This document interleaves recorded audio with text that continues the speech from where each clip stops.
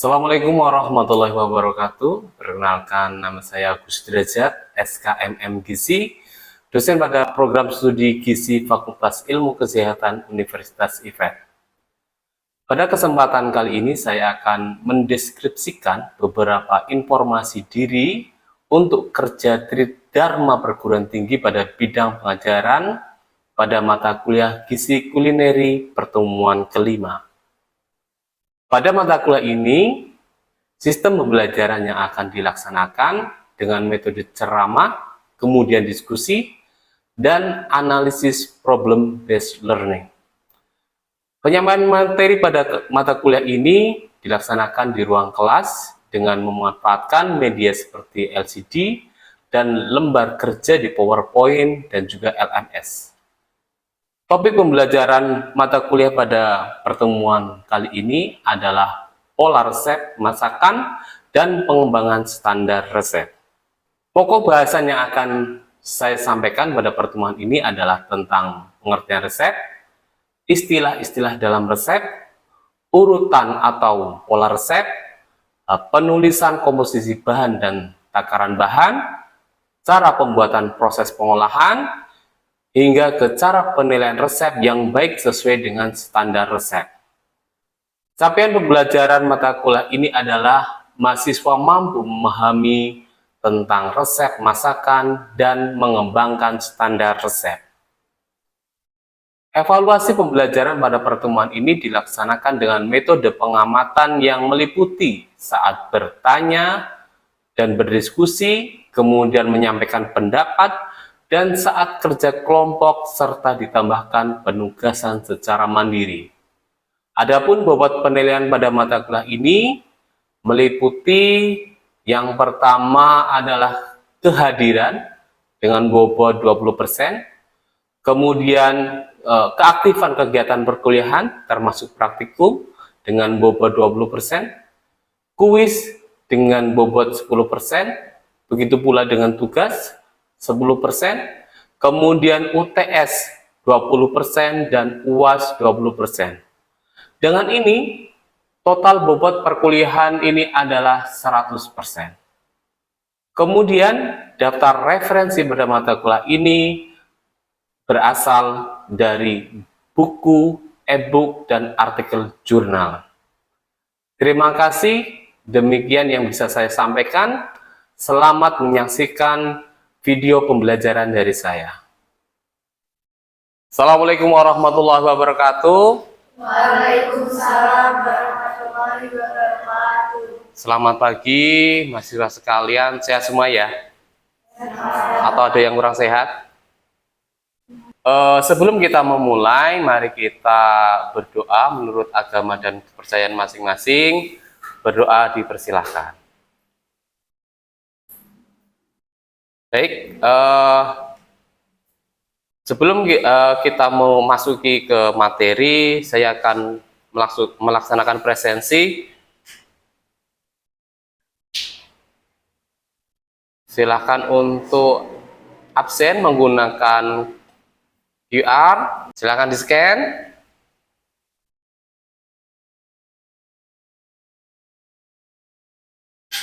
Oke, sudah semua?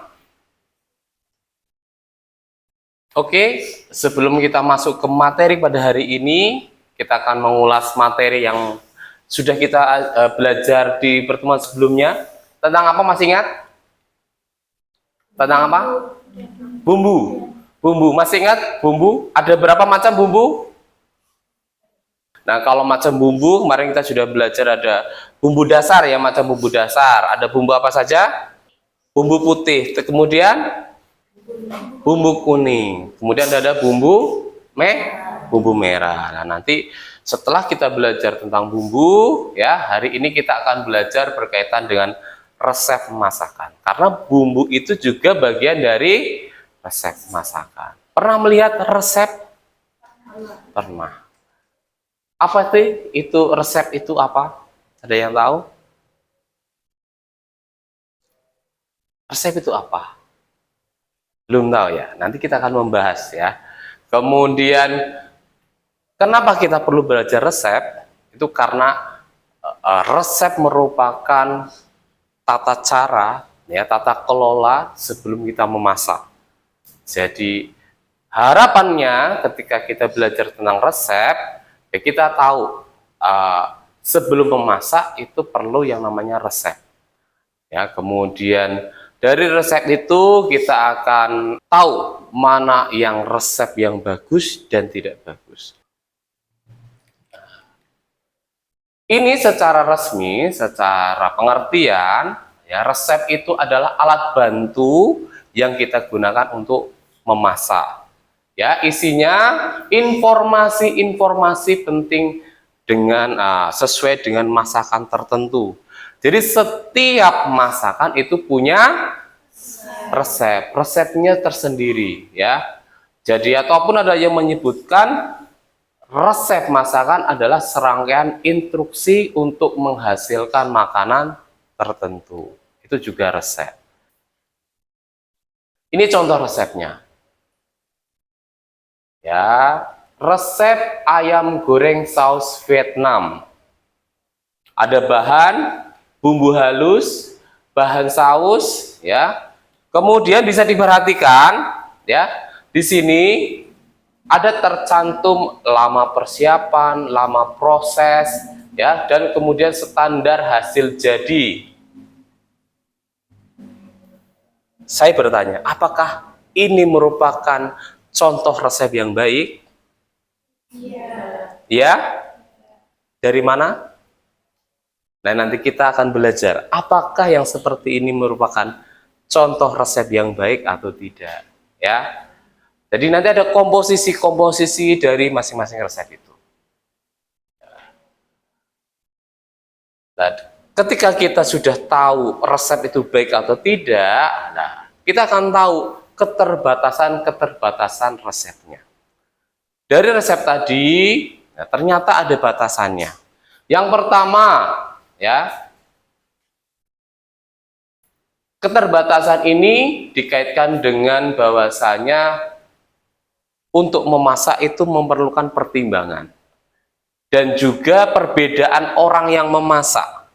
Satu orang memasak dengan orang yang lain bisa jadi punya standar yang berbeda.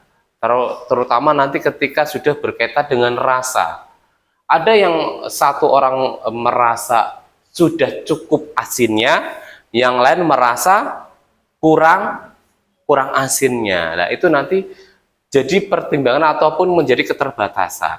Maka di resep, ya, nanti sekaligus saya sampaikan, resep itu menjadi standar yang seharusnya, yang normalnya ataupun yang pas ukurannya itu ada.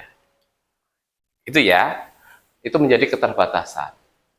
Selain itu juga bahan makanan tidak seragam. Rotinya asalnya dari mana? Produsennya misal, ya, gandum untuk membuat roti, ya, gandumnya dari mana? Mungkin bisa jadi berbeda, ya. Ataupun nanti tingkat kematangannya. Ada yang orang yang suka mungkin agak gosong-gosong. Ada orang yang kemudian ingin terlihat tetap cerah begitu, ya. Ataupun bisa jadi ada yang hanya menyebutkan goreng sampai kekuningan. Nah, kuningnya itu seperti apa? Maka itu perlu pengetahuan lebih dalam tentang resep. Apalagi ketika teman-teman itu nanti akan memasak, maka itu perlu yang disebut matang atau digoreng sampai kekuningan itu yang seperti apa. Jangan-jangan baru dimasukkan kemudian diambil. Maka ketika kita membuat resep, sudah disesuaikan dengan apa yang kalau ukurannya kecil, ya memang seberapa banyak, misal 500 gram dibuat menjadi berapa potong atau berapa cup atau berapa buah atau PCS begitu, ya, jumlahnya berapa, itu nanti menentukan resep juga. Selain mungkin bahan-bahan dan sebagainya ini, perbedaan alat juga mempengaruhi resepnya. Masing-masing dapur memiliki alat yang berbeda, sehingga nanti untuk waktu pematangannya, kemudian cara pengolahannya, ada yang di blender, Ya, contohnya untuk membuat bumbu, ada yang di blender, kemudian di apa lagi? Untuk membuat bumbu, selain di blender, di diulek atau di apa? Hancurkan begitu ya. Ada lagi? Dicincang. Ada lagi? Dipotong sama dicincang ya. Dipotong dan dicincang itu sama. Nah, itu juga mempengaruhi perbedaan resep itu. Coba sekarang resep ini.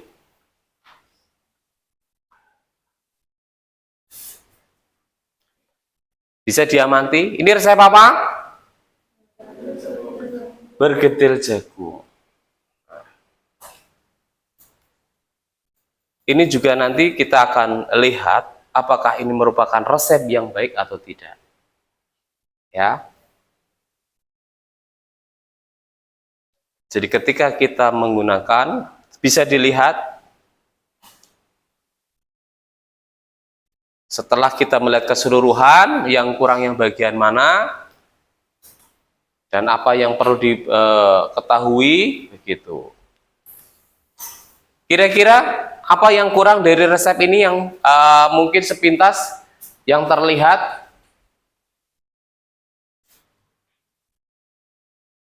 Angkat tangan.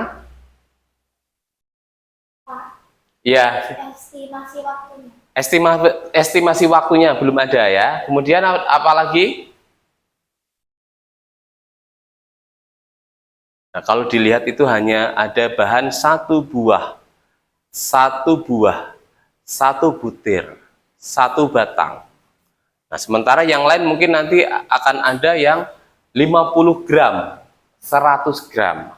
Nah, maka ketika kita ingin membuat resep, kita perlu menguasai tentang bahan makanan, ya, dan juga bagaimana estimasi ketepatan takaran atau ukuran, ya, dan istilah-istilah dalam resep. Nanti di dalam resep itu akan ada istilah-istilah. Bisa jadi di situ ada namanya SDM. Apa itu SDM? Satu sendok. SDT satu sendok teh. Nah, di situ tidak selalu disebut buah ataupun butir begitu ya. Tapi nanti ada yang hanya satu SDM, satu SDT. Ya, itu perlu kita tahu istilah-istilah di dalam resep. Maka untuk menambah wawasan ataupun cakupan dari materi ini, kalian harus belajar berkaitan dengan ukuran-ukuran dalam resep. Ya, ini ukuran-ukuran dalam resep. Ukuran bisa didasarkan pada bahan atau didasarkan pada porsi. Ya. Nah, ini salah satu takaran atau alat ukur. Ya. Selain berat, kita juga mengukur ya di dalam ukuran potong. Bisa jadi satu potong ya, kemudian singkatannya itu PTG ya. Ada kisarannya ini di buku foto makanan. Kalian nanti akses, saya akan bagikan ya di sistem Adlink juga sudah ada. Nanti tinggal kalian pelajari lebih lanjut sebelum kita ada penugasan, gitu ya. Ya, jadi di sini ada yang namanya potong.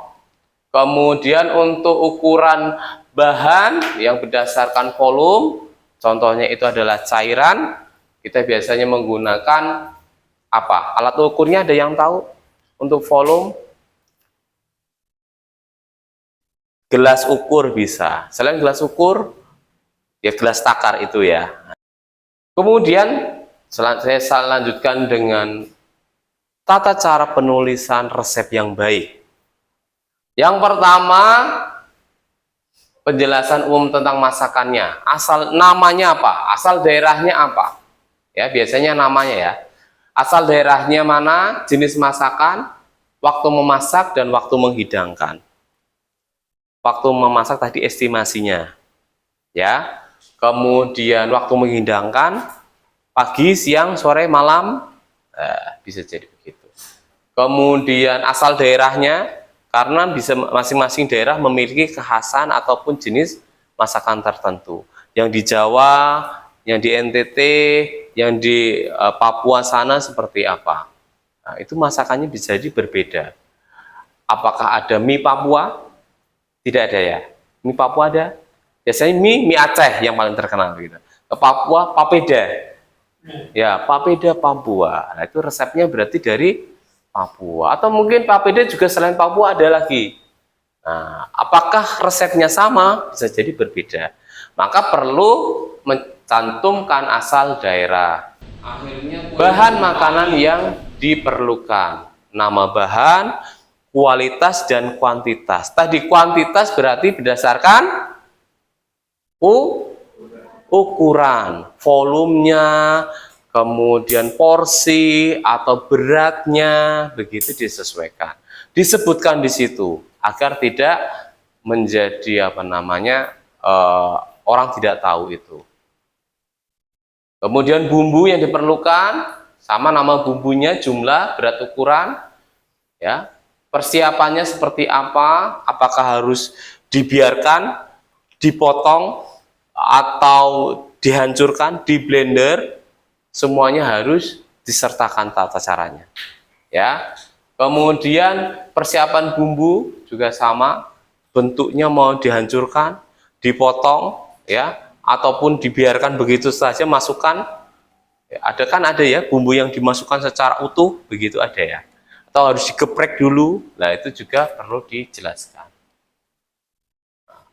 Pemasakannya, urut-urutannya, ya, yang mana dulu urutannya, jangan sampai terbalik.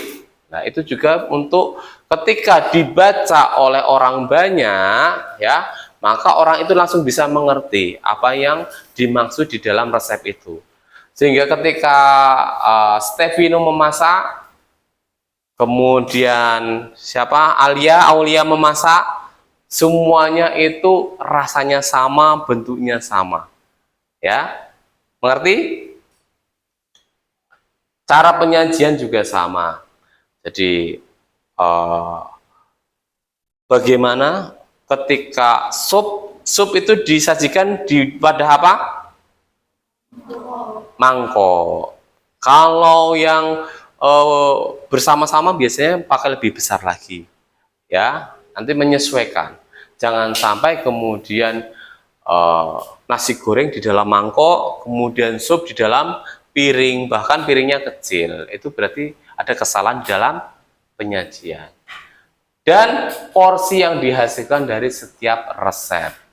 Ya, jadi ketika kalian membuat resep, maka di situ dicantumkan dari bahan-bahan yang dipakai, kalian menghasilkan berapa porsi, masak untuk berapa orang, itu perlu. Dan sebagai ahli gizi, kalian juga perlu mencantumkan nilai gizinya. Ya, jadi dari bahan-bahan itu mengandung gizi, nilai gizi. Maka kalian harus mencantumkan satu porsi itu, kalian bisa tahu isinya apa. Contohnya adalah ketika kalian membeli makanan kemasan, ya, tidak mungkin pabrik itu membuat hanya satu bungkus, ya kan? Tapi membuat banyak sekali. Dari membuat banyak itu banyak-banyak, kemudian dibagi hasilnya semisal 1000 bungkus, maka komposisi di dalam bungkus itu adalah hasil dari yang banyak itu dibagi 1000. Ya, itu nilai gizinya. Alat-alat yang diperlukan juga disampaikan. Dan yang paling penting adalah foto hasil masakan, ya. Kalau perlu perlihatkan gambar atau langkah-langkah ketika proses pemasakan.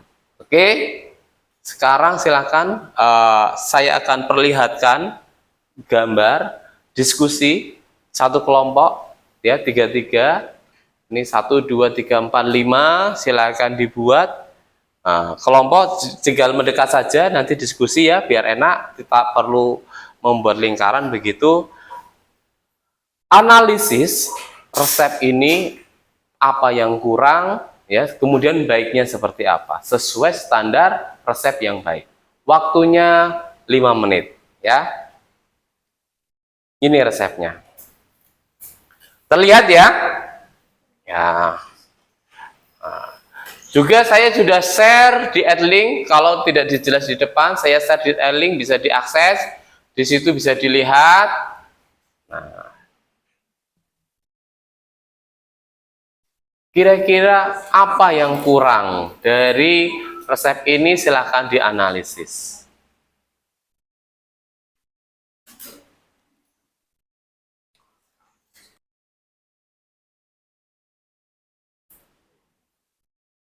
Silakan diskusi untuk masing-masing kelompok. Edmund bisa dengan temannya dilihat yang kurang apa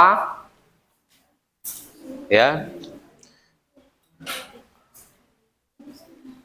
Ya, silakan dilihat. Gimana? Ya, yang saya share kemarin, yang di TPD juga di share, ada.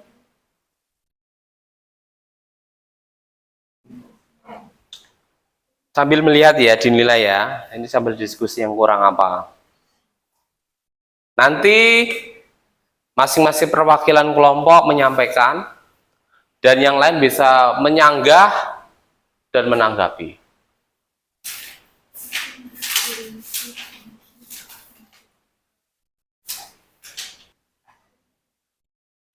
Oke, sudah ya.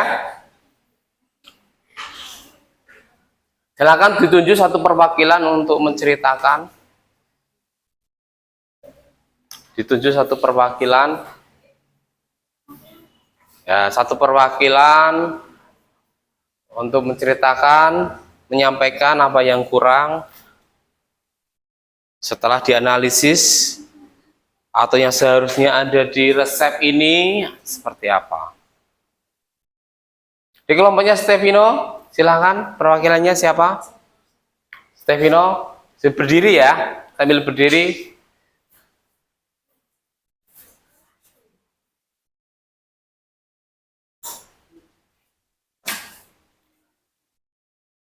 Nah, suaranya yang keras. Yang dari menu tersebut yang kurang tuh penyampaian dari cara memasaknya, Pak. Cara memasak, kemudian apa lagi? Terus sama matangnya berapa menit tidak dituliskan. Apanya? Bagus matangnya. Oh, matangnya. Ya. Kematangan masaknya ya, berarti lama masaknya ya. Apalagi? Sama kata-katanya masih berantakan. Oh, berantakan. Mungkin dari kelompoknya ada tambahan? Ada lagi tambahan? Ada cukup atau ada lagi yang kurang? Itu aja. Oh, situ aja. Oke, silakan duduk.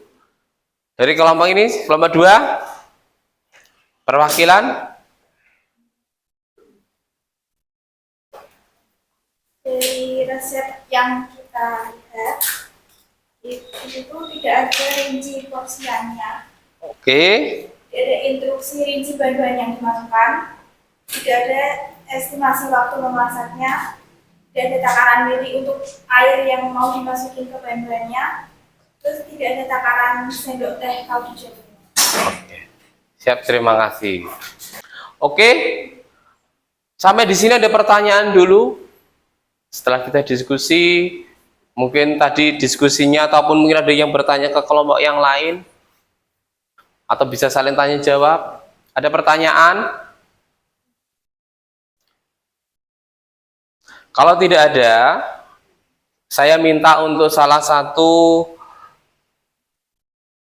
menyampaikan apa yang didapatkan hari ini dari belajar resep. Mendapatkan dari pelajaran hari ini lebih banyak motivasi biar tahu bahan-bahannya apa saja yang mau dimasak. Kemudian apa lagi? mengambil ide-ide baru Oke. dan memasak yang lebih baik. Oke, satu lagi. Refleksi ataupun apa yang didapatkan dari belajar resep hari ini. Kalau sebelum masak sebaiknya belajar strategi waktu masak itu dan tahu langsung cara masak. Oke. Baik. Terima kasih. Jadi itu memang kita perlu belajar mengetahui resep itu terlebih dahulu sebelum memasak. Dan ketika kita ingin membuat resep, maka kita perlu tahu tentang membuat resep yang baik agar mudah dimengerti oleh orang yang membaca. Seperti kalian tadi membaca resep yang sudah dibuat, ternyata banyak sekali kekurangannya, maka ketika kalian ingin membuat resep, ya, agar bisa dibaca ataupun diketahui oleh orang banyak, kalian harus tahu tentang penulisan resep yang baik, mulai dari penjelasan umum, nama masakan, bahan makanan yang diperlukan, bumbu yang diperlukan, persiapan, pemasakan, cara penyajian, porsi, hingga nilai gizi, dan kemudian alat-alat masakan yang diperlukan dan lain sebagainya. Dan yang paling penting, jika memang diperlukan ya, dan ini memang lebih baik, itu adalah foto masakan jadinya dan foto prosesnya. Oke. Terima kasih. Untuk hari ini kita sudah belajar resep. Pertemuan berikutnya kita akan belajar tentang menu. Setelah resep itu muncul menu. Ya, menu itu seperti apa?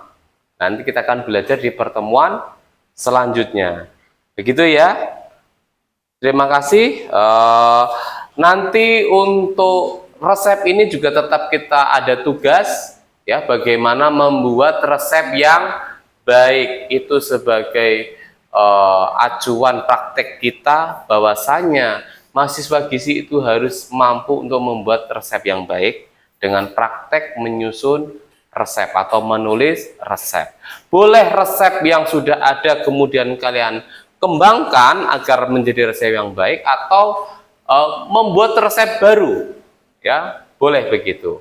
Ya, nanti dikumpulkan di adlink, ya, waktunya cukup 1 minggu begitu ya. Nanti di pertemuan berikutnya kita juga akan bahas sebelum membahas tentang menu. Sebelum kita tutup, mari kita berdoa, ya. Menurut agama dan kepercayaan masing-masing, berdoa dipersilahkan. Terima kasih. Assalamualaikum warahmatullahi wabarakatuh. Waalaikumsalam warahmatullahi wabarakatuh.